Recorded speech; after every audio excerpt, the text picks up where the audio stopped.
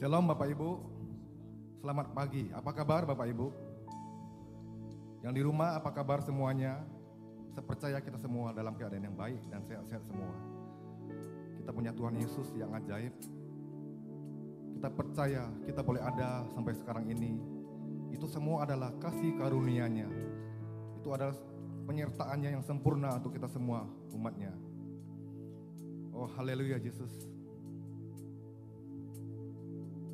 Mari kita semua siapkan hati kita, kita akan memulai ibadah kita pagi hari ini. Kita akan menyembah dan memuji Tuhan kita. Haleluya Yesus.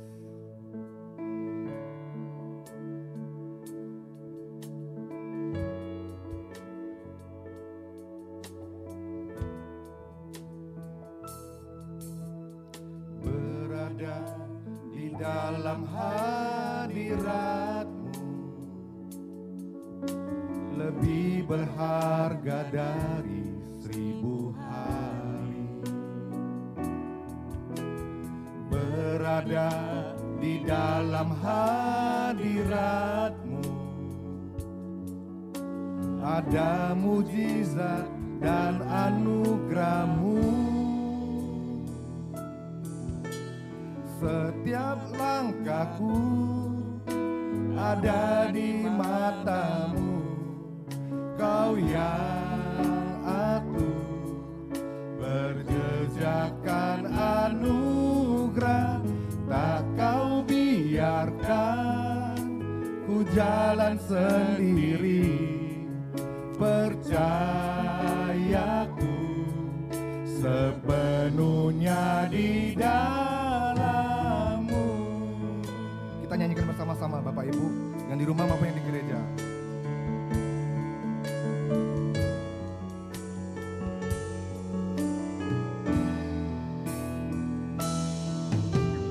Berada di dalam hadirat-Mu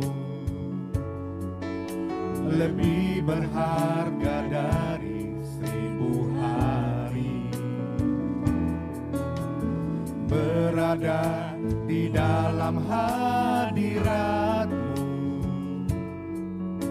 ada mujizat dan anugerah-Mu. Setiap langkahku ada di mata-Mu. Kau yang atur, berjejakkan anugerah. Tak Kau biarkan ku jalan sendiri. Percayaku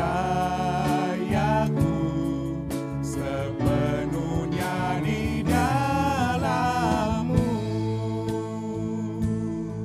Kami rindu Tuhan. Kami rindu untuk berada dalam hadirat-Mu ya Tuhan. Di dalam hadirat-Mu lebih berharga dari 1000 hari. Berada di dalam hadirat-Mu ada mujizat dan anugerah-Mu. Setiap langkahku ada di mata-Mu. Kau yang atur, berjejakkan anugerah. Tak Kau biarkan ku jalan sendiri. Percayaku sepenuhnya di dalam. Setiap langkahku ada di mata-Mu. Kau yang atur, berjejakkan anugerah.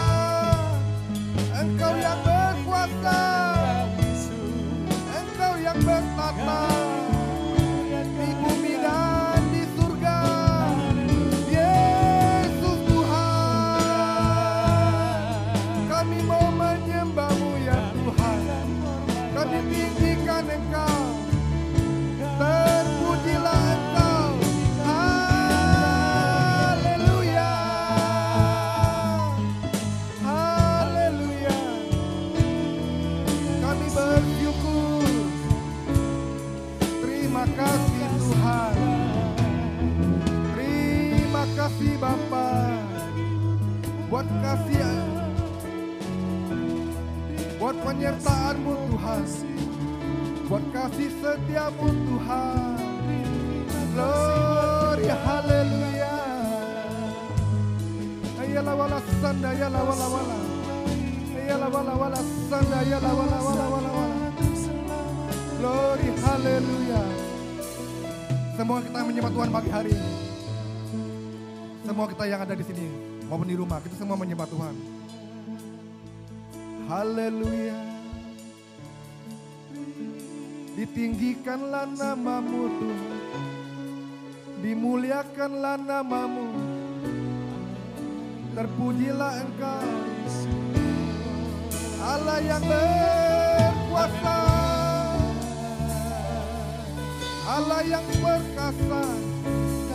Ajaib Engkau Tuhan, dimuliakan nama-Mu, terpujilah Engkau Tuhan. Haleluya. Kami mau menyembah-Mu, kami mau memuji-Mu, Yesus Tuhan yang kami agungkan. Yesus Tuhan yang kami muliakan. Yalla wala wala sana, yalla wala wala wala wala. Yalla wala sana, yalla wala wala wala. Engkau besar, Engkau besar Tuhan, Engkau ajaib. Kami bersyukur, kami bersyukur atas kebaikan-Mu, kami bersyukur atas kemurahan-Mu, kami bersyukur atas kasih setia-Mu Tuhan. Terima kasih Bapa, terima kasih Tuhan, terima kasih. Haleluya. Terima kasih Tuhan.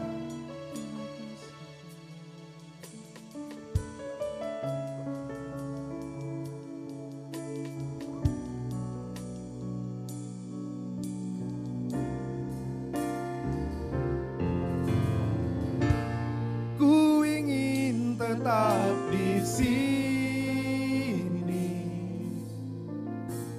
menikmati bait-Mu. Ku ingin tetap di sini dan memandang indah wajah. Ku ingin tetap di sini, menikmati bait-Mu. Ku ingin tetap di sini dan memandang indah wajah. Katakan sama-sama. Ku ingin tetap di sini, menikmati bait-Mu. Ku ingin tetap di sini dan memandang indah wajah-Mu. Katakan sama-sama. Ku ingin tetap di sini, menikmati bait-Mu. Ku ingin tetap di sini dan memandang indah wajah, dan memandang indah wajah, dan memandang indah wajah.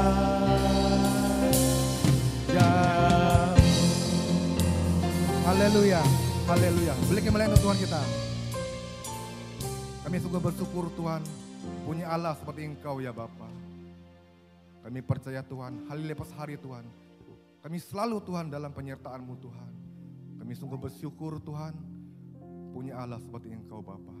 Oh terima kasih Bapa, kami boleh melewati hari demi hari Tuhan. Meskipun suasana pandemi Tuhan, tanpa terasa kami sudah berada di penghujung tahun Tuhan, di mana sebulan lebih lagi Tuhan kita akan masuki tahun 2021 ya Tuhan. Kami percaya Tuhan, kasih setiamu Tuhan nyata dalam setiap hidup kami ya Tuhan. Oh betapa kami bersyukur Tuhan, Engkau baik, Engkau sangat baik Tuhan. Kami bersyukur Tuhan untuk pagi ini Tuhan, kami boleh datang bersama-sama beribadah di sini Tuhan. Maupun sebagian saudara kami yang ada di rumah juga sama Tuhan, menyembah dan memuliakan Engkau ya Tuhan. Kami menyerahkan ibadah kami ini Tuhan dalam tangan kuasa-Mu Tuhan. Kami undang hadirat-Mu Tuhan, datang lawat kami semua Tuhan, penuhi setiap kami ya Tuhan. Oh haleluya Yesus. Di dalam nama Yesus kami akan siap untuk menyembah dan memuji Tuhan pagi hari ini. Kita semua yang percaya katakan amin. Shalom Bapak Ibu, apa kabar? Mari kita semua bangkit berdiri. Haleluya. Tuhan Yesus baik, Dia sungguh baik.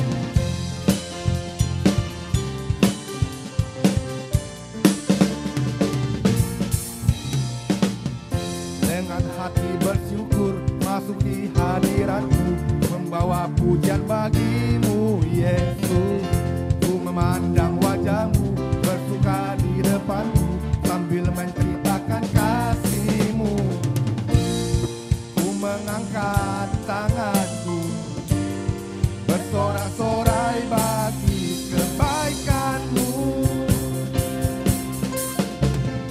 Engkau baik, sangat baik, kasih setiamu tak pernah berubah.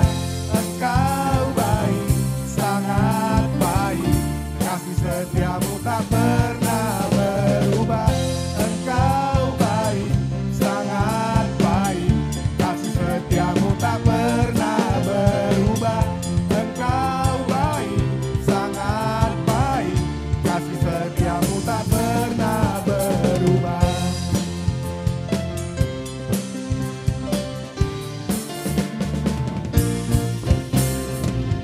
Dengan hati bersyukur masuk di hadirat-Mu, membawa pujian bagi-Mu Yesus.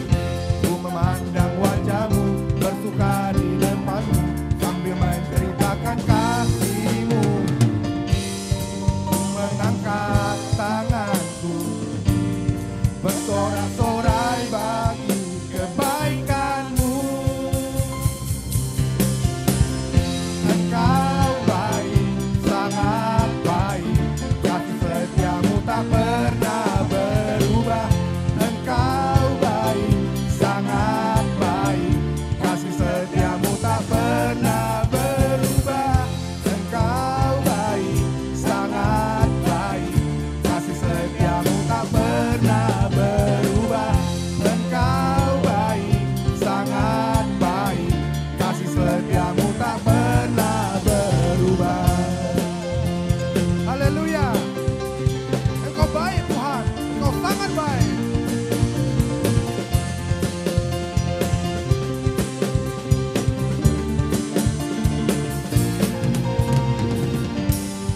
Ku mengangkat tanganku, bersorak-sorai bagi kebaikan-Mu. Engkau baik, sangat baik, kasih setiamu tak pernah berubah. Engkau baik, sangat baik, kasih setiamu tak pernah berubah.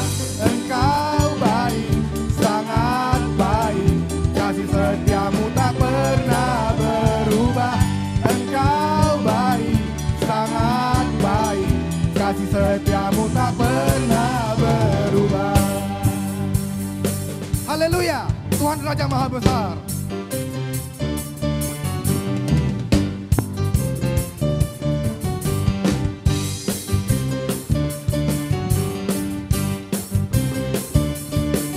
Tuhan Raja Maha Besar, mari datang menyembah Dia. Tuhan Raja Maha Besar,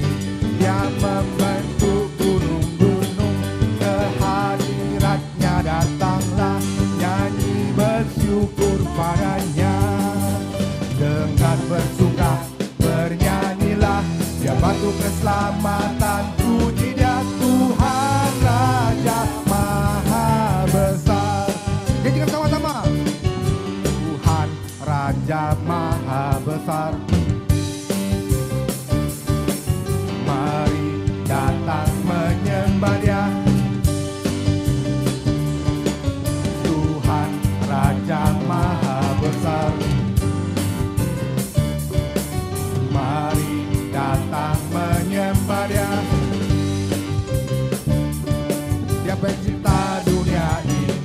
Dia membentuk gunung-gunung, kehadiratnya datanglah, nyanyi bersyukur padanya.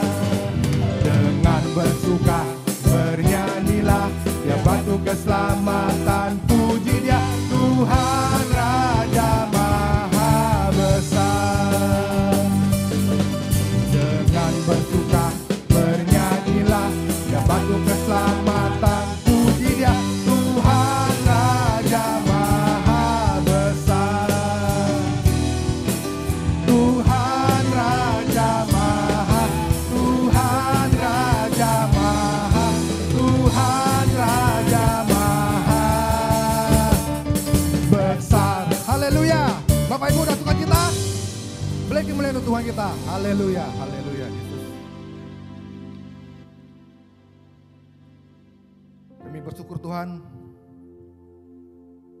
punya Allah seperti Engkau ya Bapa. Ada banyak hal yang terjadi dalam hidup kami ya Tuhan. Kami tidak mengerti, tapi kami percaya Tuhan, Engkau tahu Tuhan. Kami juga percaya Tuhan, rancangan-Mu yang terbaik ya Tuhan. Oh haleluya Yesus.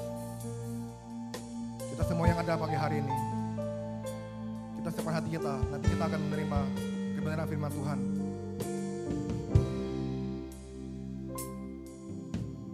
Meskipun tak ku mengerti apa yang ku alami,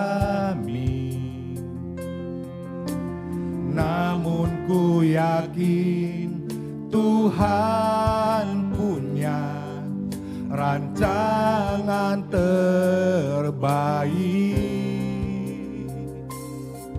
Pertolonganku datang dari-Mu, Yesus yang ku percaya. Yang tak mungkin bagiku, semua mungkin bagi-Mu. Hanya Engkaulah jawaban hidupku.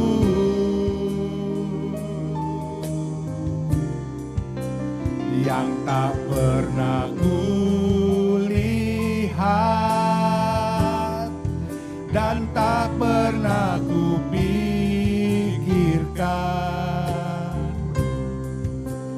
itu yang Kau sediakan bagiku.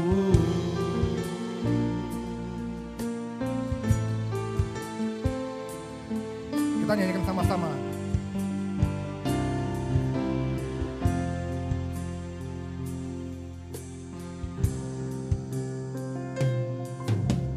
Meskipun tak ku mengerti apa yang ku alami, namun ku yakin Tuhan punya rancangan terbaik. Pertolonganku datang dari-Mu, Yesus yang ku percaya. Yang tak mungkin bagiku, semua mungkin bagi-Mu. Hanya Engkaulah jawaban hidupku.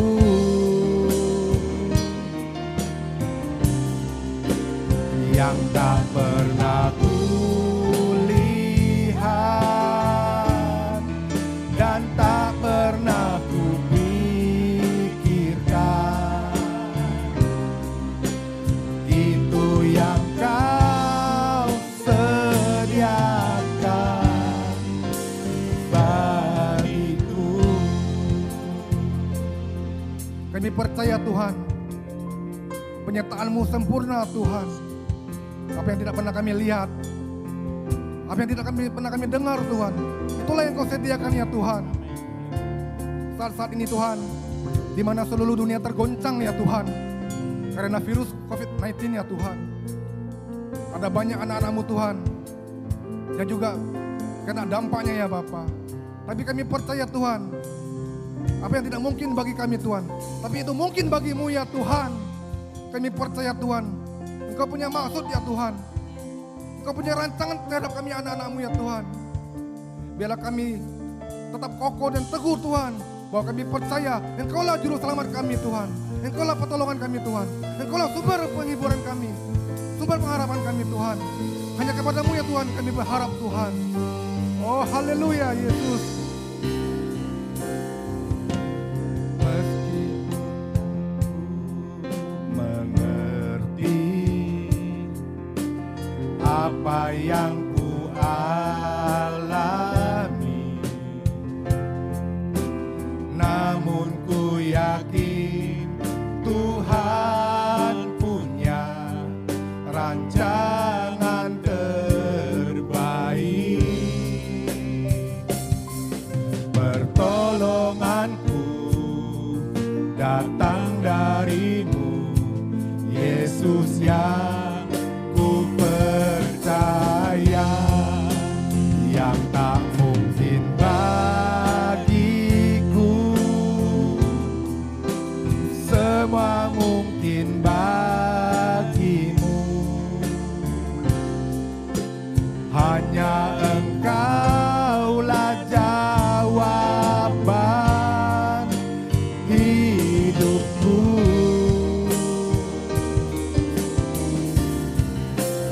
Yang tak pernah kulihat dan tak pernah kupikirkan, itu yang Kau sediakan bagiku. Yang tak mungkin,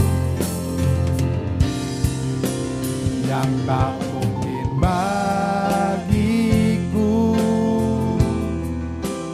semua mungkin bagi-Mu.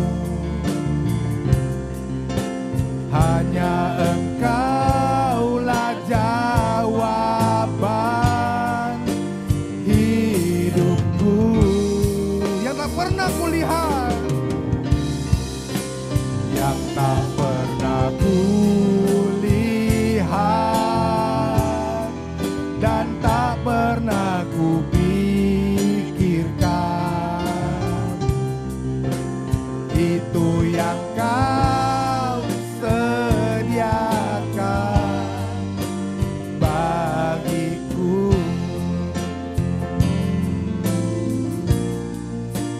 Itu yang Kau sediakan bagiku.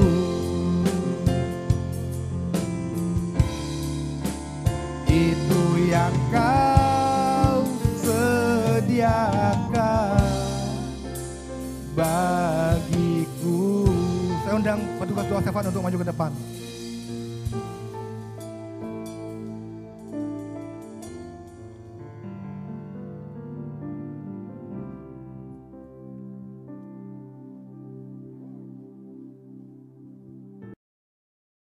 Berdoa bersama untuk pokok doa.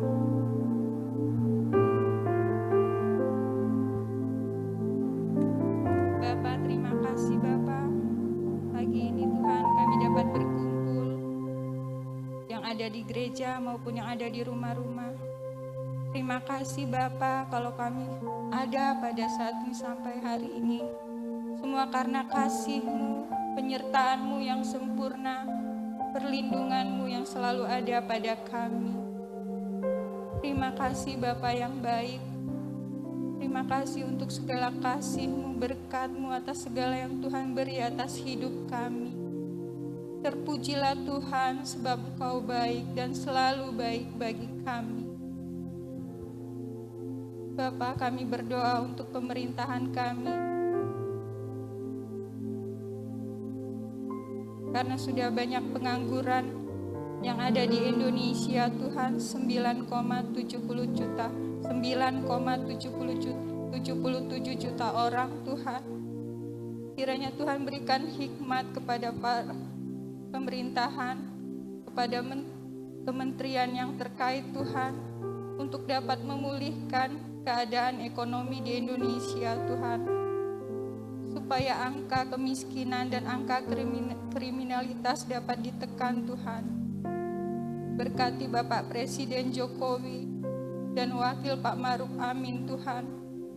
Berikan roh yang takut Tuhan, hikmat dari Tuhan, para menteri jajaran yang terkait, para kepala-kepala daerah Tuhan, gubernur, wali kota, para camat Tuhan, sampai yang terbawah kepala RT, biarlah semuanya Tuhan dapat bekerja sama Tuhan, dapat Tuhan berkati mereka semua roh yang takut akan Tuhan, supaya mereka dapat bekerja dengan baik Tuhan dan dapat membantu orang-orang yang tepat sasaran Tuhan.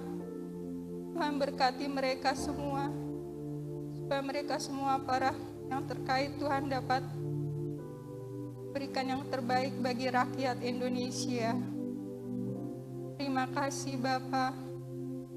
Pada saat ini juga kami berdoa untuk para pekerja lapangan, para pekerja misi yang ada di Indonesia, khususnya yang ada di Batu Raja Tuhan, dapat terus tekun Tuhan untuk memuridkan jiwa-jiwa sebagai anggota jemaat rumah Tuhan, sebagai murid Kristus yang sejati. Kiranya Tuhan memberkati para pekerja misi, Tuhan memberikan hikmat, memberikan kekuatan, memberi kesanggupan untuk mereka semua dapat bekerja dengan baik Tuhan, untuk memenangkan banyak jiwa Tuhan, bagi kemuliaan nama-Mu. Terima kasih Bapa yang baik. Dan kalau sebentar Tuhan kami akan dengarkan sebagian firman-Mu. Berkati Bapak Gembala Tuhan, urapi Bapak Gembala, dan biarlah kami jemaat-Mu yang ada di sini maupun di rumah dapat fokus mendengarkan firman-Mu, untuk dapat belajar dari kebenaran firman-Mu, supaya kami dapat menjadi pelaku-pelaku firman-Mu, supaya kami dapat hidup berkenan di hadapan-Mu ya Bapa. Terima kasih Bapa yang baik. Dalam nama Tuhan Yesus kami berdoa dan mengucap syukur. Haleluya. Amin. Silakan duduk Bapak Ibu. Puji Tuhan. Shalom. Kiranya kasih dan anugerah Tuhan turun atas kita sekalian pada pagi hari ini. Selamat hari Minggu, selamat berbakti kepada Tuhan. Saya percaya bahwa Tuhan pelihara kita dari hari ke hari di tengah situasi yang berat sekalipun. Karena kasih dan kesetiaannya tidak pernah berubah. Yang sering dan banyak kali berubah adalah kasih kita kepada Tuhan, komitmen kita kepada Tuhan. Tapi Tuhan sendiri tidak pernah berubah. Kepada pribadi yang seperti inilah kita menaruh hidup kita, masa depan kita. Sehingga rancangannya yang sempurna dan indah itu bisa tergenapi di dalam kita. Pagi hari ini saya ingin mengajak kita untuk melihat sebuah kebenaran yang kalau Bapak Ibu ingat mungkin 5 atau 4 tahun yang lalu, tema ini juga pernah saya sampaikan. Nah, mari kita melihat sebuah pernyataan atau mungkin sesuatu yang biasa disebut orang. What is a name? Ya. Ini sebuah kutipan dari sebuah kisah di daerah Italia, kisah yang kuno. Kemudian disadur ulang lagi, kemudian ada seorang pujangga Inggris, William Shakespeare, yang kemudian membuatnya menjadi drama yang terkenal. Ya. A rose by any name, by any other's name, wool smell as sweet. Jadi dia ingin berkata bahwa meskipun mawar kau kasih nama apapun, dia tetap harum. Ya. Ini sebuah cerita yang kemudian disebut juga the tragical history of Romeo and Juliet. Ya. Ini sebuah kisah tragis kalau kita pernah membacanya ya. Nah, saya mau cepat saja. Ini sebetulnya dilatar belakangi dari kisah perseteruan keluarga besar Capulet dan Montaki. Ini keluarga yang berpengaruh dan permusuhan ini juga sampai ke anak-anak mereka. Tetapi secara singkat ternyata kedua anak dari keluarga ini saling jatuh cinta. Padahal keadaan mereka sebagai orang yang tinggal dalam jurang yang terpisah karena permusuhan keluarga. Kalimat itulah yang muncul dari bibir Juliet tentang Romeo. Kalau saja namamu bukan orang dari keluarga Montaki. Jadi dia membandingkan Romeo sebagai mawar. Kalaupun dia bukan bernama Romeo dari marga yang bermusuhan, dia tetap menjadi orang yang dicintainya. Sehingga ada orang dengan berasumsi seperti ini, what is a name? Apa artinya nama? Apapun nama yang kau berikan, itu tidak berarti. Itu cuma sebuah sebutan yang membedakan seorang dengan orang yang lain. Bisa saja orang berpaham seperti ini. Tetapi kita tahu tidak sedikit orang yang ketika anaknya hendak dilahirkan, sibuk memilih nama. Coba, jujur, siapa yang ketika akan punya anak atau punya cucu, sampai membaca buku yang begitu banyak, mencari tahu nama ini artinya apa, ya. Orang Indonesia asli tapi namanya agak sulit dibaca. Karena terpesona dengan arti nama yang bagus. Kalau hanya namanya saja kita bisa tertipu mungkin kan. Nama-nama yang indah, agak ke barat-baratan atau ke arah kalimat-kalimat atau kata-kata yang bahkan kita jarang ucapkan sehingga melafalnya agak sulit. Tapi ada orang berkata ya sekedar saja nama, apa yang terlintas di pikirannya dia kasih nama itu. Karena dia pikir untuk apa buat nama bagus-bagus kalau ternyata hidupnya juga tidak sebagus namanya. Apapun alasannya, pagi ini kita mau melihat tentang nama. Karena kita semua punya nama. Di beberapa tempat dalam komunitas tertentu, orang kadang-kadang cuma dikasih nomor. Nomor. Ya, harus ingat nomornya. Memang nanti dari nomor itu dicatat juga nama siapa. Tetapi dia dikasih cuma sebuah tanda nomornya saja. Tapi Tuhan ingin kita juga mengerti kebenaran ini. Sehingga dengan paham seperti inilah orang bisa membuat nama-nama yang aneh. Ya, ada nama bacon. Ini daging panggang asap. Ya. Kalau ada namanya Daniel Alexander Bacon, wah, depannya bagus, tapi ujungnya marga bacon. George Bush itu nama yang terkenal kan? Bapak dan anak jadi presiden. Siapa yang tahu arti Bush itu? Bush itu apa? Dalam bahasa Inggris? Semak. Semak itu semak belukar buat kita. Ya, semak. Bagaimana mungkin orang namanya, nama marganya semak belukar, seumpama begitu. Kalau pakai bahasa Indonesia ya. Parrot, parrot itu apa? Burung beo. Kalau kasih nama anak hati-hati ya. Jangan sembarangan asal ketemu. Atau Coffin, peti mati.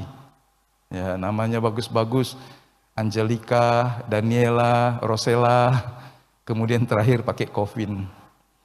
Atau Redgrave, kuburan merah ya, Redgrave. Kenapa ada nama seperti ini? Atau juga nama yang lain, wood, ya, kayu. Nah, nih, kalau siapa yang bisa baca ini, ada kopi susu di bawah. Cappuccino, 2 gelas boleh. Ayo baca, ini nama orang Hawaii. Jenisnya muda, tapi bawahnya coba. Coba kalau saudara jadi asyir atau jadi MC menyebutkan yang akan menikah ini adalah saudari Jenis. ku ha hu ha he ha he ha he ha. Nah, seumpama begitu kan, saya tidak bisa melafalkannya berkali-kali. Ini orangnya. Ada, ini bukan sesuatu yang lelucon. Kemudian ada ini juga orang yang hebat, doktor. Namanya siapa? Roller coaster. Jet coaster. Jadi orang kasih nama aneh-aneh ya. Mungkin orang tuanya berpedoman, apalah artinya nama? Ya. Ini ada Jenderal Biskuit. Tapi dia jenderal. Dia bukan biskuit sembarangan kalengan, tapi namanya Jenderal Biskuit. Jadi ada orang kasih nama asal kena saja mungkin, ya. Pak Jenderal Biskuit seumpama begitu. Ya. Saudara bisa bayangkan, karena orang beranggapan apalah artinya nama. Meskipun ada orang namanya bagus, tetapi belum tentu hidupnya sesuai dengan namanya. Tapi saya percaya ketika orang tua memberikan kita nama, atau ketika kita memilih nama untuk anak-anak kita atau orang lain, ada harapan supaya orang ini hidupnya sesuai dengan nama itu. Betul ya? Ya. Nah, kalau kita baca Alkitab, ternyata nama baik. Jadi ini bukan soal nama apa, tapi nama baik. Andai kata namanya pun tidak keren, tapi punya nama baik. Jadi ini bukan secara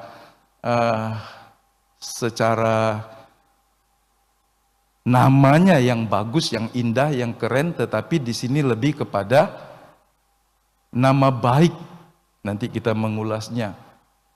Ini ternyata adalah harta dan warisan yang berharga. Jadi kalau orang tua punya nama baik, itu bisa menjadi sebuah harta yang berharga yang anaknya bisa bangga. Bapakmu itu, ibumu itu, kakek nenekmu itu yang itu ya? Iya.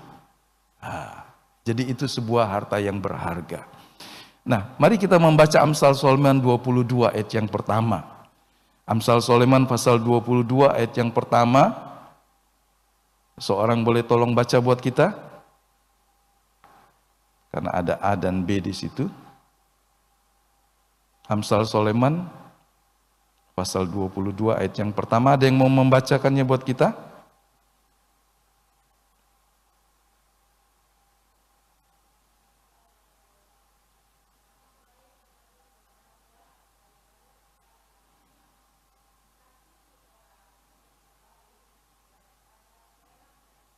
Iya, nama baik lebih berharga daripada kekayaan besar.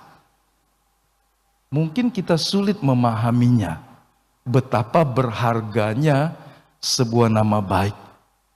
Tidak peduli apakah namanya aneh atau tidak, tetapi yang dimaksud adalah orang yang ada menyandang nama itu adalah pribadi yang bisa hidup seperti yang diharapkan.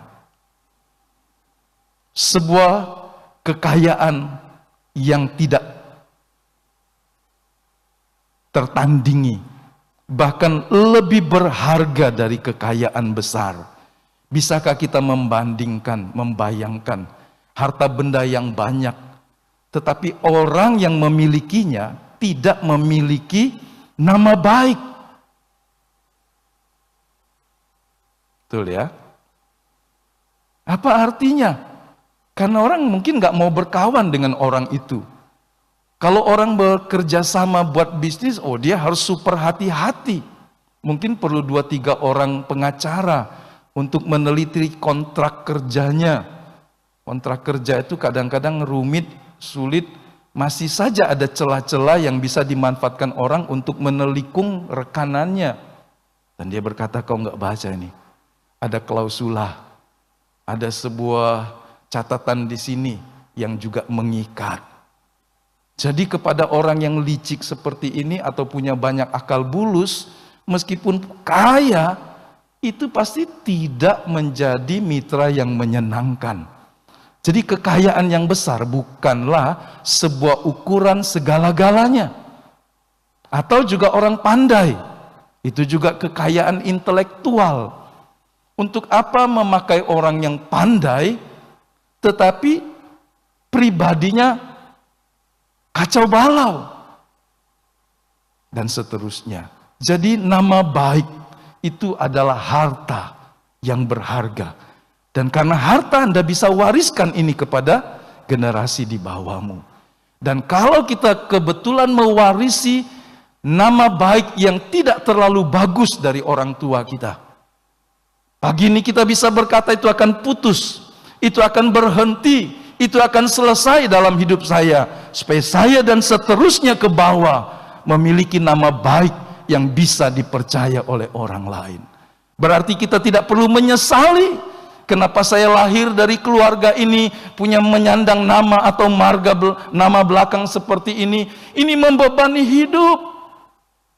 Ada orang ketika interview untuk bekerja di sebuah perusahaan, orang tanya, manalah surat lahirnya, di mana lahir, di mana besar, di mana sekolah. Ketika orang menyebutkan tempat tertentu, maka berkas lamarannya dipinggirkan. Karena orang menganggap daerah ini bukanlah daerah di mana banyak orang baik berdiam. Lebih banyak orang tidak baik.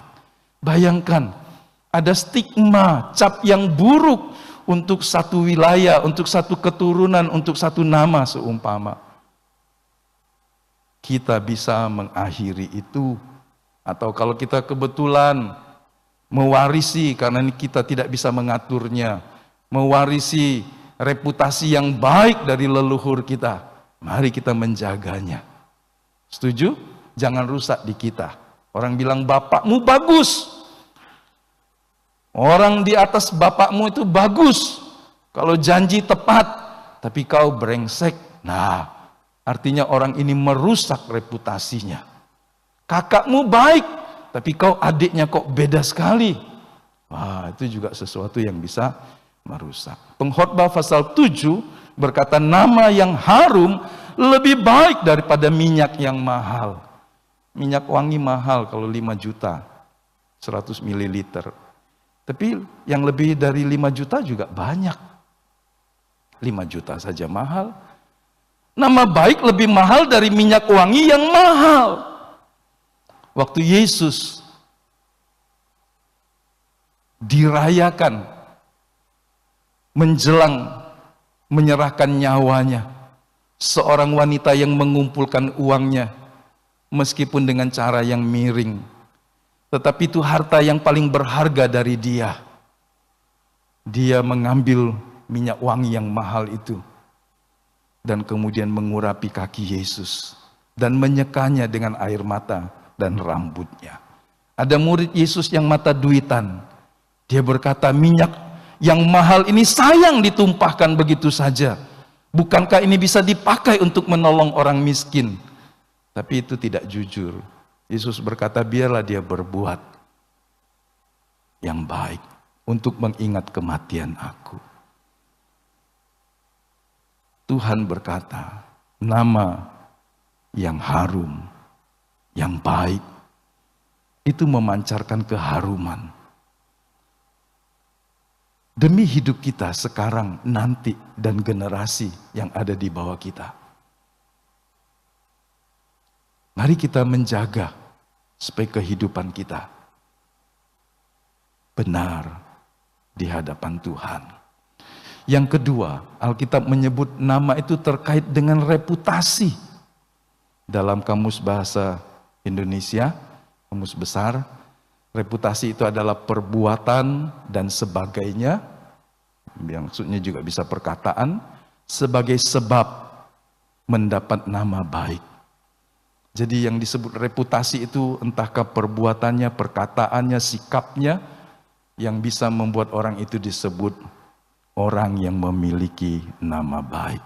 Kita ingat bahwa nama bukan sekedar sebuah sebutan yang membedakan satu dengan yang lain, tapi nama ada hubungannya dengan reputasi. Dalam Amsal pasal 22 dalam versi Good News Bible disebut, if you have to choose between a good reputation and goodwill, choose a good reputation. Kalau kau harus memilih antara reputasi yang baik dan kekayaan, pilih mana? Penulis Amsal berkata, pilihlah reputasi yang baik. Karena kekayaan yang besar di tangan orang yang tidak punya reputasi yang baik, itu nggak bermanfaat banyak. Allah memberkati kita supaya kita melakukan apa yang Tuhan kehendaki. Allah memberikan Anda kecerdasan yang mungkin Anda anggap lebih dari orang lain, supaya itu berguna bagi orang lain. Reputasi yang baik adalah apa yang dia lakukan yang membuat dia disebut orang baik. Contemporary English Version juga mencatat a good reputation and respect are worth. Jadi lebih berharga, much more silver and gold. Lebih berharga dari perak dan emas. Reputasi yang baik. Jadi di tangan orang yang reputasinya jelek, kekayaan tidak bermanfaat sebagaimana maksud Tuhan memberikan kepadanya. Jadi jangan berpikir mendapatkan kekayaan dengan mengorbankan reputasimu. Hari-hari ini banyak orang menipu dalam perdagangan yang mungkin orang tidak bisa melihat barangnya, hanya foto. Itu sebabnya ketika kita belanja, harus belanja dengan orang-orang atau toko-toko yang bisa dipercaya. Ya kan? Saya dulu mengingat ada orang dalam dunia dagang, ini puluhan tahun yang lalu. Ketika pembelinya datang, ini bukan online, karena ini dekade tahun 80-an. Barang yang dilihat bagus, kemudian orangnya membayar, dan kemudian tolong dikirim ya. Sampai di rumah dia bilang, kok lain? Yang aku pilih bukan ini kan yang lebih jelek. Ini zaman ketika orang tidak menggunakan perdagangan atau transaksi online. Ada orang yang masih mau menipu pelanggannya karena beranggapan dia akan membawa barang ini jauh. Paling dia ribut. Nah, coba bisa bayangkan. Orang mengumpulkan harta, kekayaan dengan mengorbankan reputasinya. Tapi Tuhan ingin anak-anak Tuhan berdagang, berusaha, mencari nafkah dengan tidak mengorbankan reputasimu. Yang paham katakan amin.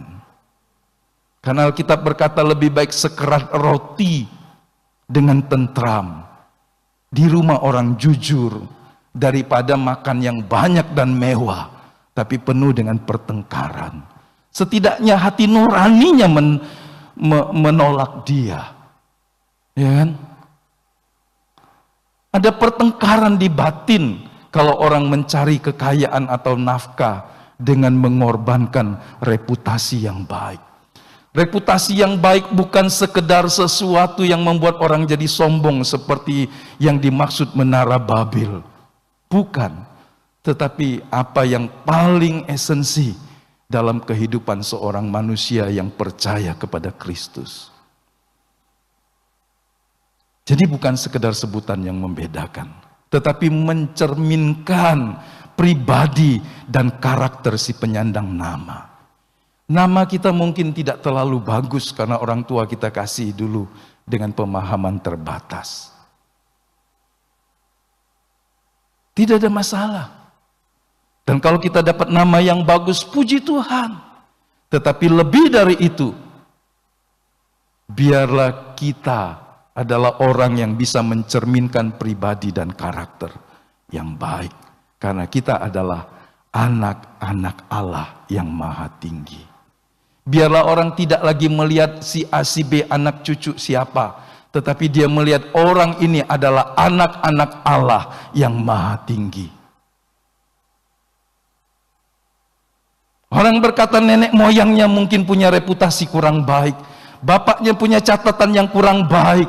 Tapi dia adalah anak Allah yang dilahirkan kembali, memiliki karakter Kristus. Orang berkata mengapa bisa beda dari keluarga yang seperti ini, muncul anak-anak yang pribadinya yang indah. Karenanya Allah melahirkan kita kembali menjadi anak-anaknya. Supaya kita memutus, menguburkan hal-hal yang buruk yang kita warisi dari orang tua atau dari orang yang lain. Dan Allah memperbaharui kehidupan kita. Sehingga orang yang dilahirkan kembali itu memiliki tabiat yang baru, karakter yang baru, yang serupa seperti Kristus. Allah menjadikan ini sebagai proyek panjang mengubah kehidupan kita. Supaya kita disebut anak-anak Allah dan memang layak untuk menyandang sebagai anak Allah. Jangan kita disebut katanya anak Allah, anak Tuhan, tapi hidupnya seperti setan.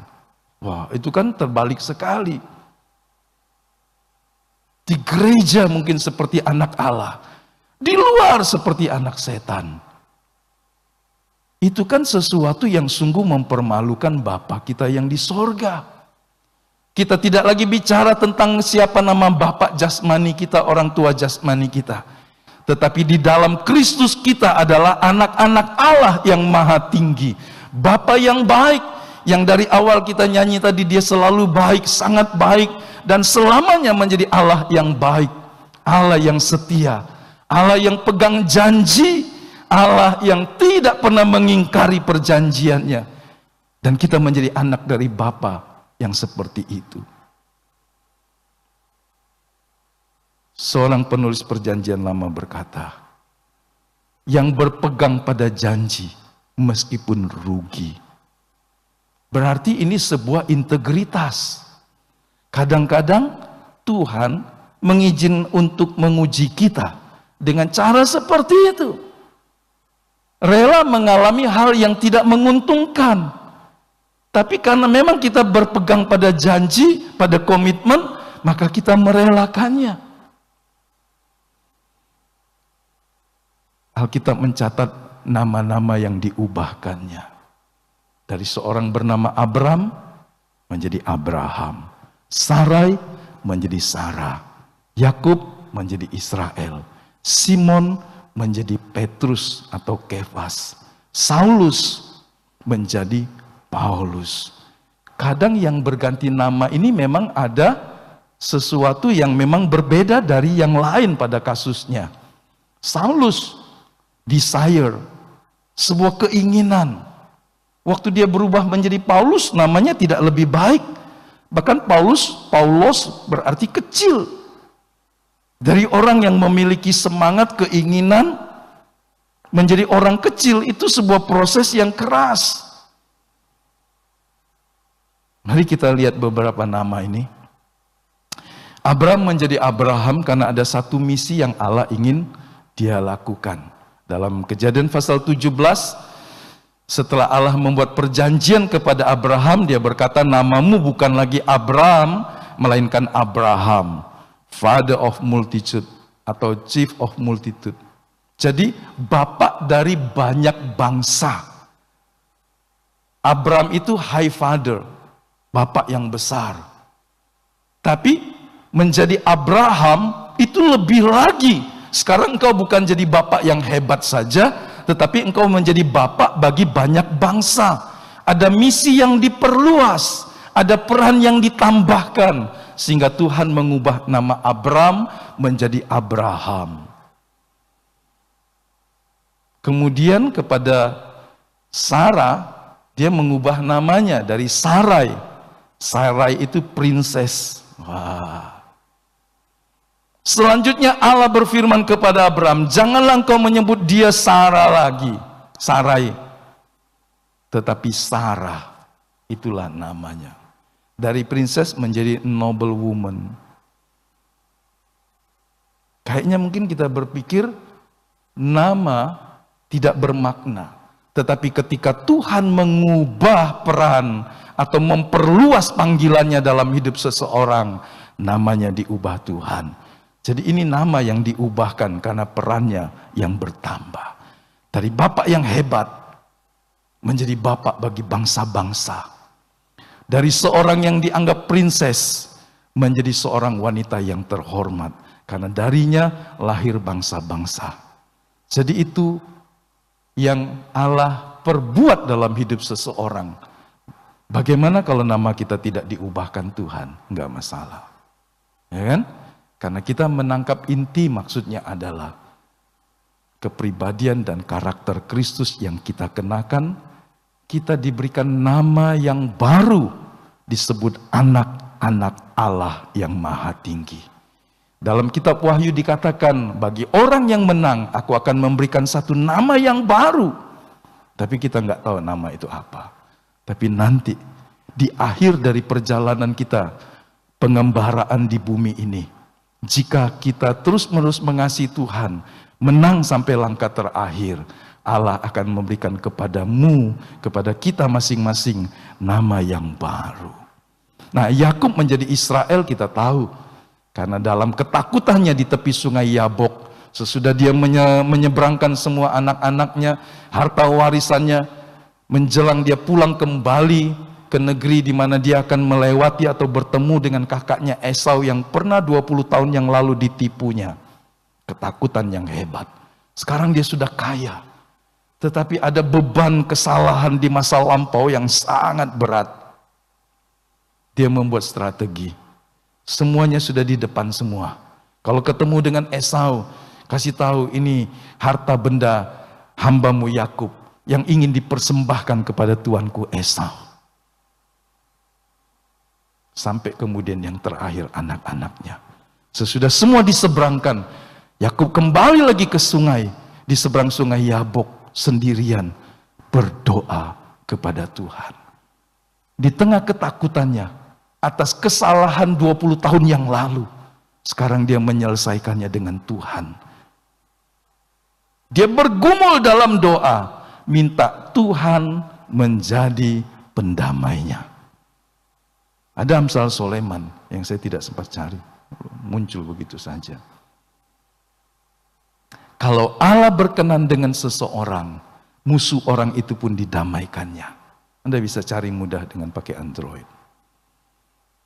Jadi kalau Allah berkenan dengan Anda, orang yang memusuhi dan berbuat jahat kepada Anda pun Allah bisa mengubahnya. Percaya itu? Percaya, karena Allah yang bisa mengubah dan menjamah hidup seseorang. Bukan kita. Apalagi luka yang dalam, ditipu mentah-mentah. Ini kakak. Esau berkata 2 kali dia menipu aku. Dan terakhir dia merampas harta yang terbesar, hak kesulungannya. Sehingga Ishak bapaknya tidak punya lagi ucapan berkat apapun bagi Esau. Dia berkata, apakah bapak tidak punya yang lain yang baik? Gak ada, semua yang baik sudah kuberikan kepada adikmu. Bayangkan betapa hatinya luka dan benci. Dan Yakub tahu itu. 20 tahun tidak menghapuskan kesalahannya. Di sungai Yabok ini, di tepi sungai Yabok ini, dia bergumul, berdoa kepada Tuhan. Kalau kita punya masalah yang besar, cari Tuhan dengan sungguh-sungguh. Amin. Tuhanlah yang menjadi penolong kita. Di tengah kesalahan yang karena kita buat, Tuhan masih bisa memulihkan hidup kita. Kuncinya adalah mau datang dan dipulihkan oleh Tuhan. Itu yang harus kita perbuat. Jangan sudah salah, cari jalan sendiri dan beranggapan ini urusanmu sendiri dan tidak perlu Tuhan. Itu langkah yang salah.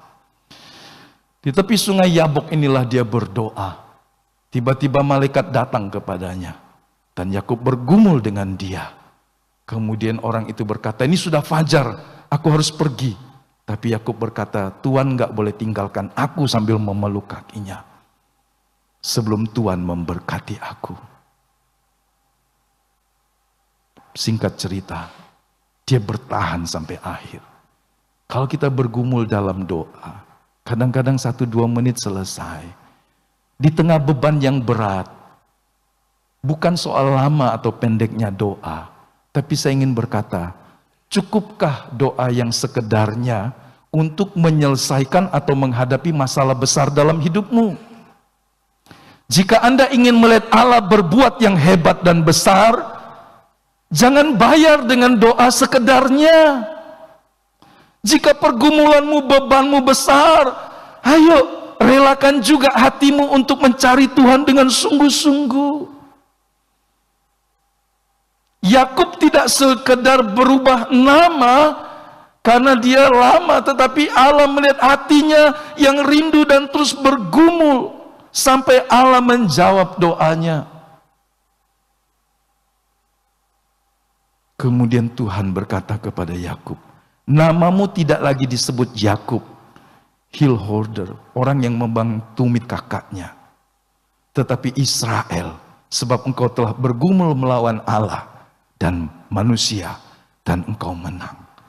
Jadi Yakub menjadi seorang yang berubah malam itu. Sampai fajar menyingsing, dia menjadi manusia yang baru. Ada sesuatu yang baru yang Allah tahu dalam hatinya, bahwa sekarang Allah menyertai dia. Dia menjadi seorang yang melibatkan Tuhan sebagai pembela, sebagai perlindungannya. Ayat yang ke-10 dari pasal 35 berkata, firman Allah kepada, dari sekarang namamu bukan lagi Yakub melainkan Israel. Itulah yang akan menjadi namamu.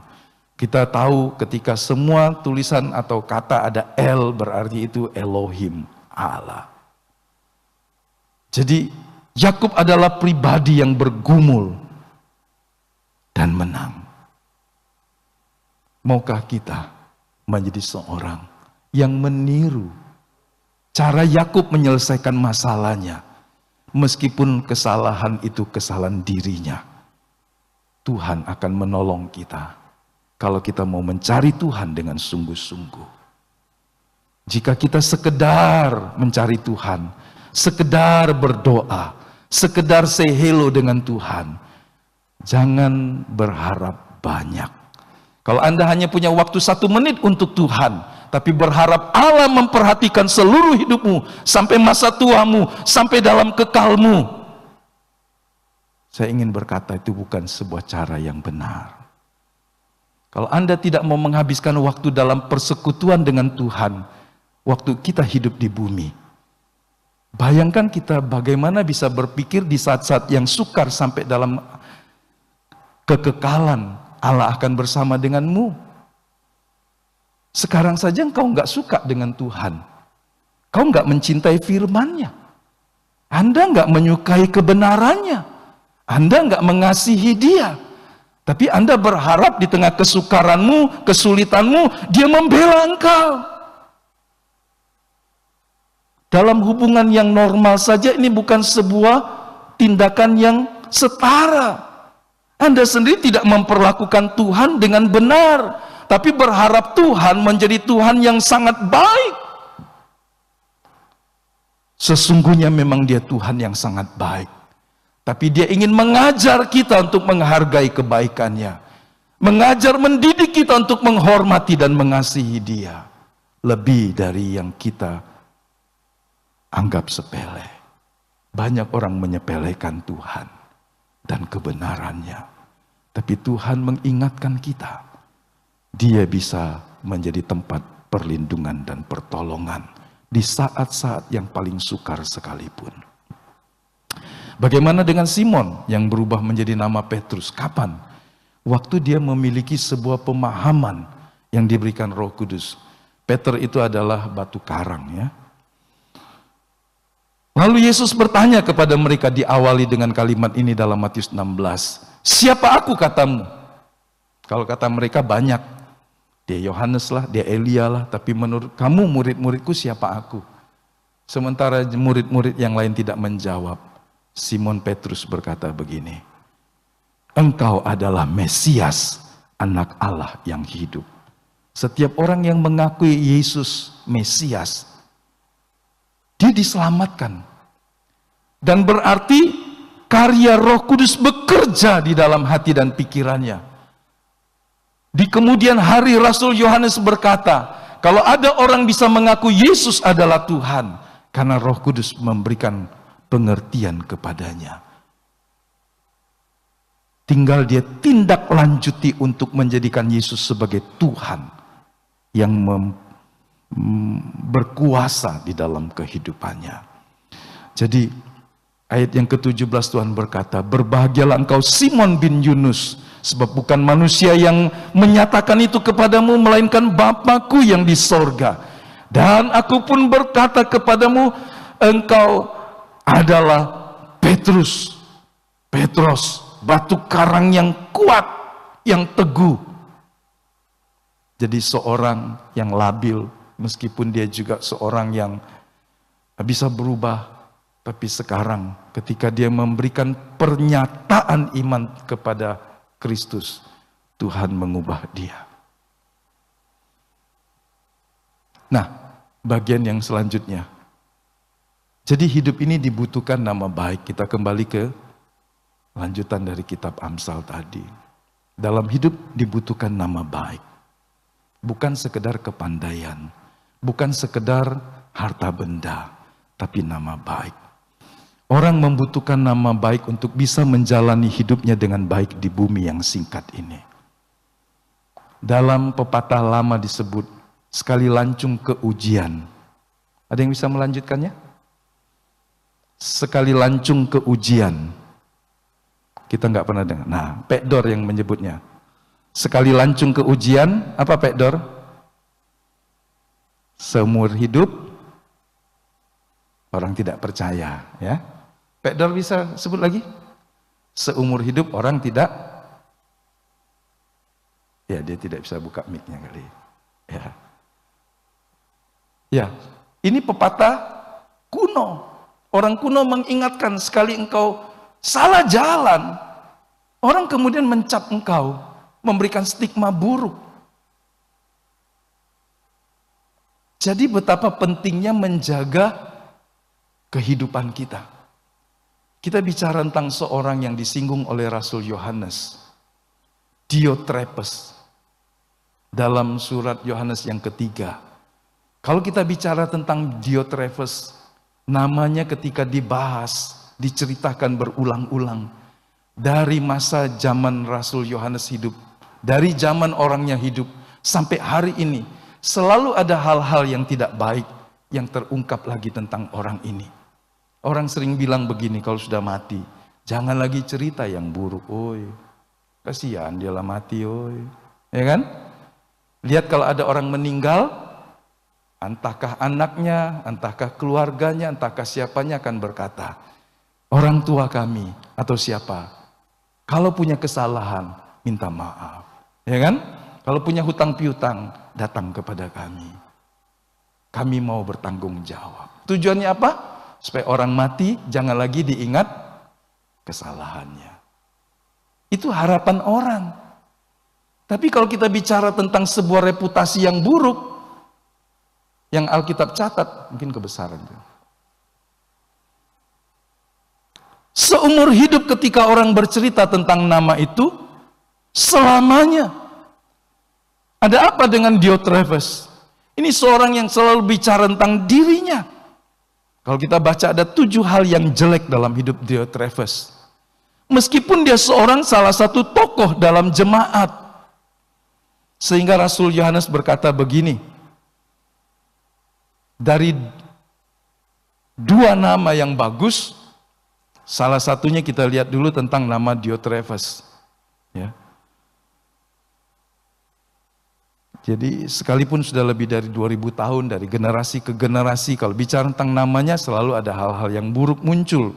Saudara bisa bayangkan warisan jelek. Kalau ada anaknya, cucunya dari Diotrephes, kan ini jadi beban. Betul ya? Karena tersurat dalam Alkitab. Masih ingat tentang kitab kehidupan dan kitab perbuatan? Jangan berpikir ketika seorang sudah mati, semua perbuatan dosanya akan hilang. Perbuatan dosa seorang baru hilang kalau dia mau mengakuinya di hadapan Tuhan dan meminta Tuhan mengampuni dia dengan darah anak domba Allah. Jadi orang yang mati tetap akan membawa semua kesalahan dan dosanya. Mati jasmani tidak membuat semua dosa dan pelanggaran manusia selesai. Dia perlu pengampunan oleh darah anak domba Allah. Dan seorang diampuni dari dosa-dosanya, sebesar apapun dosanya, jika ia mau mengaku dosanya kepada Tuhan. Jadi Rasul Yohanes sampai bilang begini, ini orang tua. Dari 12 rasul yang hidup, 13 dengan Paulus, dialah orang yang paling tua. Ini orang yang hebat, muridnya bernama Polikarpus. Waktu umurnya 80 tahun, dalam aniaya orang Romawi, dia berkata, kalau kau mau meninggalkan imanmu, kau selamat. Tapi kalau tidak mau, kau akan dibakar hidup-hidup. Dibakar hidup-hidup. Kekejaman pemerintahan Romawi di zaman itu. Bapak tua bernama Polikarpus ini murid dari Yohanes berkata, 80 tahun aku hidup, Kristus tidak pernah melakukan yang jahat. Bagaimana mungkin aku melakukan hal yang jahat kepadanya, menyangkali kasih dan kebaikannya. Yohanes juga dibuang ke Pulau Patmos. Dia pernah diperlakukan dengan hal yang tidak baik. Ini orang yang menurut catatan paling tua dari hidup para rasul yang lain. Walaupun akhirnya dia juga mati dalam aniaya. Dan dia menulis suratnya di masa tuanya berkata begini. Tetapi Diotrephes, saya hanya mengutip saja. Tetapi Diotrephes yang ingin menjadi orang terkemuka, ia meleter, melontarkan kata-kata yang kasar terhadap kami. Tidak mau menerima saudara-saudaranya yang datang, tetapi juga mencegah orang-orang yang mau menerima mereka dan mengucilkan orang-orang itu. Jadi, dia ini seorang yang egois. Tapi bukan hanya egois, tapi juga ambisius. Mau menonjolkan diri menjadi nomor satu. Orang yang terkemuka. Ini memang pemimpin. Tetapi Tuhan tidak berkenan dengan cara seperti ini. Seorang yang mulutnya kasar, mengumpat dan memaki, penuh gosip dan kesombongan. Saudara bisa bayangkan, ini pribadi yang sungguh tidak lahir baru. Jabatan gerejanya mungkin tinggi di jemaat itu, tetapi hidupnya nggak baik. Apa yang kita bisa lihat? Orang ini berhati jahat dan tidak memiliki jiwa sosial. Di zaman itu orang tidak punya tempat penginapan yang cukup. Biasanya orang bisa mengembara dari satu kota ke kota yang lain, memberitakan Injil dan tinggal di rumah-rumah orang percaya. Tapi Diotrephes tidak mengizinkan orang itu diterima. Bahkan dia mengancam untuk mengucilkan orang-orang yang datang, orang-orang yang menerima pendatang, saudara-saudara seiman seperti ini. Jadi ini orang yang tidak berbuat yang baik dan mengancam, mencegah orang lain yang mau berbuat baik. Ada orang tidak mau berbuat yang baik, tapi dia tidak mau mencegah orang. Lakukan saja. Tapi ini orang sudah tidak berbuat yang baik, memprovokasi, meninggikan diri, tapi juga mengancam orang. Kalau kau terima, kau akan dikucilkan. Sehingga Rasul Yohanes sangat marah dengan orang seperti ini. Bagaimana mungkin orang ini disebut murid Kristus jika hidupnya bertentangan? Jadi kita lihat seorang itu beroleh nama yang jelek, reputasi yang jelek, bukan karena namanya tidak bagus.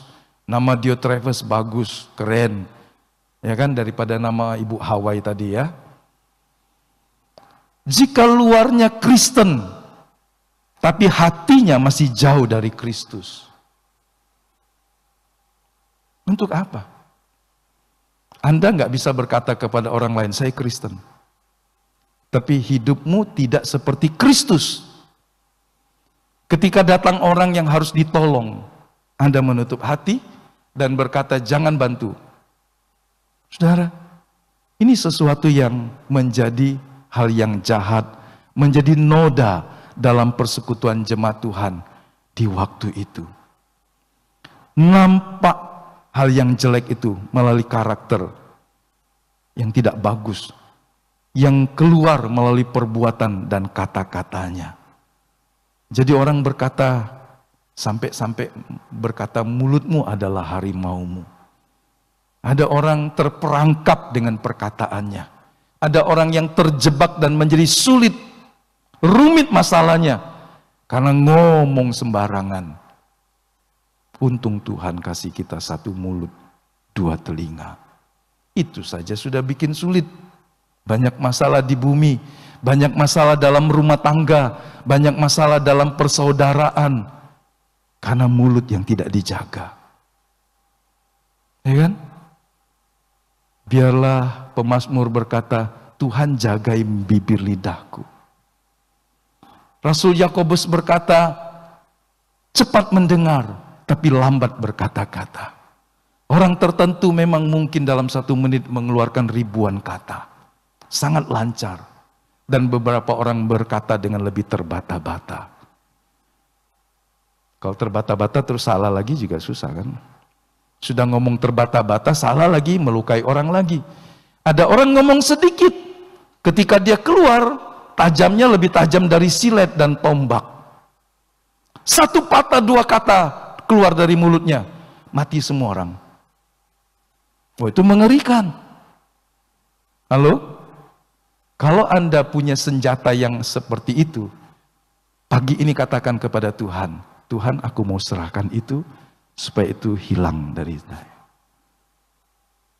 Kadang-kadang kita ngomong sangat tajam dan membunuh. Tuhan berkata jangan membunuh. Dan ketika kita mengeluarkan ucapan penuh dengan kebencian yang tajam, membunuh orang. Sama. Belajar untuk menggunakan kata-kata yang benar. Kalau tidak bisa berkata yang membangun karena kita tidak mengerti ayat firman Tuhan. Karenanya saya mendorong kita belajar supaya kita punya perbendaharaan firman. Dalam hidup kita akan jumpai orang yang berbuat keliru dengan kita. Tapi apakah kita akan menghabisinya? Atau kita akan memberikan kesempatan untuk dia dipulihkan Tuhan? Kalau orang itu ada dalam kuasamu, apakah kita akan menghabisi orang itu dengan kata-kata yang tajam dan yang membunuh? Terhadap anak yang mungkin tidak cepat menangkap. Ada orang tua berkata saking jengkelnya, bodoh, buyan dan sebagainya. Capek mama ngajar kau. Ya kan? Kenapa harus mengeluarkan kata-kata yang membunuh semangat anak untuk belajar? Dalam masa seperti ini banyak orang tua stres menghadap anaknya. Seorang yang terjun dalam dunia pendidikan anak berkata, kalau anakmu nakal, rasanya sulit ditanggulangi, biasanya anak ini memiliki kelebihan dan kecerdasan. Kadang-kadang Anda ketemu seperti itu. Apakah kita akan membunuh dia dengan kalimat-kalimat tajam? Karena kata-kata yang tajam dapat membunuh. Sama dengan orang membunuh secara fisik. Belajar untuk mengendalikan perkataan dan juga perbuatan. Kalau orang seperti Diotrephes, berarti orang ini kena virus. Ya. Ini bahayanya tidak lebih ringan daripada COVID-19. Karena rohaninya mati dan dia membunuh rohani orang lain. Demetrius berbeda. Ketika orang membaca tentang Demetrius, orang bicara tentang pribadi yang baik. Bertolak belakang. Kita mungkin kekurangan waktu untuk mengupasnya. Ketika orang bicara tentang namanya, itu seperti nama harum yang dimunculkan. Ya. Setiap kali membaca 3 Yohanes, kita membaca kebaikan-kebaikan orang ini. Seperti apakah Anda ingin dikenang? Ayo, belum terlambat. Seperti apakah catatan dalam kitab perbuatan itu yang akan tertulis tentang hidupmu? Inilah waktu untuk menabur. Segala yang baik, yang benar, sikap hati, ketaatan, kesetiaan, kesucian, dan seterusnya. Tidak ada hal yang membuat kita menyesal kalau kita telah menyelesaikan bagian hidup kita sekarang ini. Kalau kita bicara tentang nama ini, maka ada 2 nama, yang 2 pribadi yang berbeda. Yang satu dari Iskariot, ini orang yang pernah menyangkal Tuhan. Padahal nama Yudas itu bagus, praise, sangat indah. Yuda, Toda, sejajar, berarti memuji Tuhan. Ya, Yehuda, Yuda sama aja. Yudas juga sama. Tapi akhirnya Yudas menjadi pengkhianat yang menjual Yesus. Kisah pengkhianatannya membuat nama Yudas menyebarkan bau busuk. Orang gak mau kasih nama anaknya Yudas. Diganti Yuda, Yehuda. So akar katanya sama. Pujian kepada Tuhan. Jadi kita sedang bicara ketika seorang salah melakukan sesuatu dalam hidupnya. Cap buruk itu terus menempel. Tapi kabar baiknya pagi ini, Tuhan mau melahirkan kita kembali, memberikan kita kasih karunia-Nya, supaya kita tidak lagi menyandang predikat buruk, tetapi menjadi anak-anak Allah yang maha tinggi. Kiranya Tuhan menolong kita sekalian. Tuhan memberkati kita. Oke. Apakah di antara kita merasa bahwa nama saya tidak sebaik atau seindah orang lain? Tapi itu bukan persoalan besar. Tetapi apakah kita memiliki kepribadian seperti Kristus? Mari kita berdiri dan kita berdoa.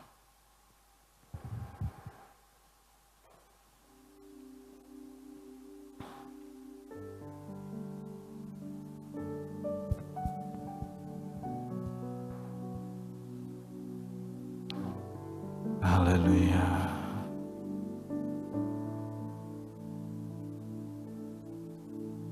Mungkin Will punya lagu? Haleluya. Sementara itu kita merenungkan kebenaran-kebenaran yang Allah ajarkan kepada kita pagi ini. Nama baik lebih berharga dari emas dan perak. Karena nama baik bicara tentang reputasi dan integritas seorang anak Allah. Pagi hari ini, jika kita pernah punya catatan yang buruk tentang nama kita, beberapa di antara kita mungkin dikenal oleh orang lain sebagai orang yang tidak pegang janji. Beberapa di antara kita mungkin disebut orang yang tidak sabaran, pendendam, mudah tersinggung. Dan orang mengenal hal-hal yang buruk dalam hidup kita. Tapi pagi hari ini Tuhan mau membaharui kehidupan kita. Menjadi manusia baru di dalam Kristus. Buatlah pilihan yang benar pagi hari ini dengan berkata, aku mau menjadi anak-anak Allah yang hidup, supaya tabiat Kristus nyata di dalam aku ya Bapa, melalui perkataan dan perbuatan setiap hari. Hidup sebagai terang, meskipun keadaan sukar dan sulit, tapi kata-kata dan perbuatan saya berkenan kepada Tuhan. Kalau bisa menjadi berkat buat orang lain, menguatkan orang yang lemah, memulihkan semangat orang yang patah, menghibur, menasehati dalam kasih dan ketulusan.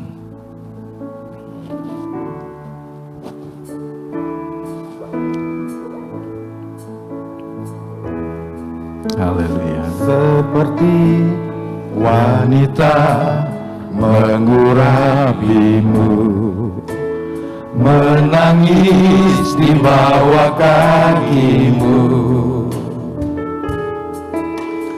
demikian hidupku mau mengasihimu. Yesus, engkau baik bagiku.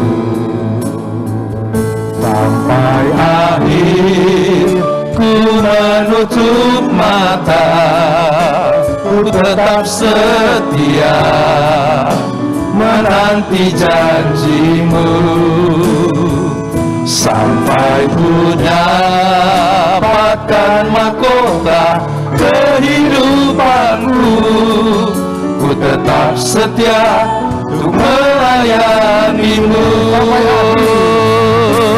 Sampai akhir ku menutup mata, ku tetap setia menanti janjimu. Sampai ku dapatkan mahkota kehidupanku, ku tetap setia untuk melayanimu. Ku tetap setia untuk melayanimu. Ku tetap setia untuk melayanimu.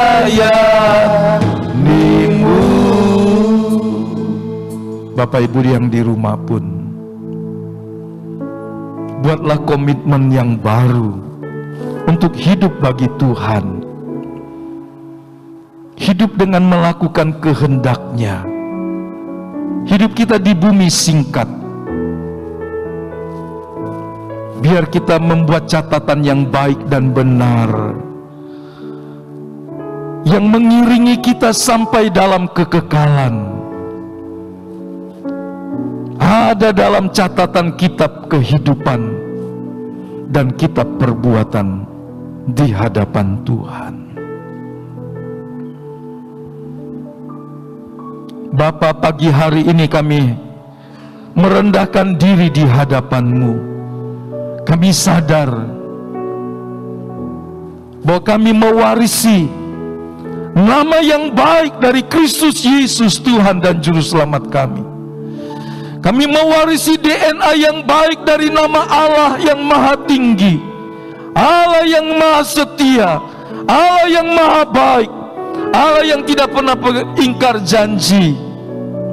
Kami menjadi anak-anak Allah yang Maha Tinggi. Biar kami juga meneladani kehidupan Kristus selama kami tinggal di bumi ini.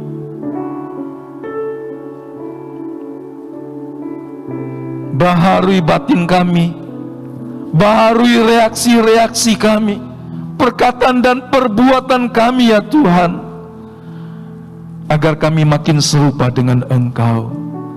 Hidup kami bisa menjadi berkat buat orang-orang lemah, menjadi berkat dan menolong orang-orang yang tidak mengerti kebenaran.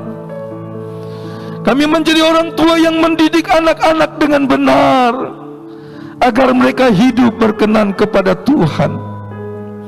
Kami menjadi pengusaha, kami menjadi pemimpin, kami menjadi karyawan, kami menjadi apapun juga sebagai seorang anak Tuhan di dalam kegelapan dunia ini.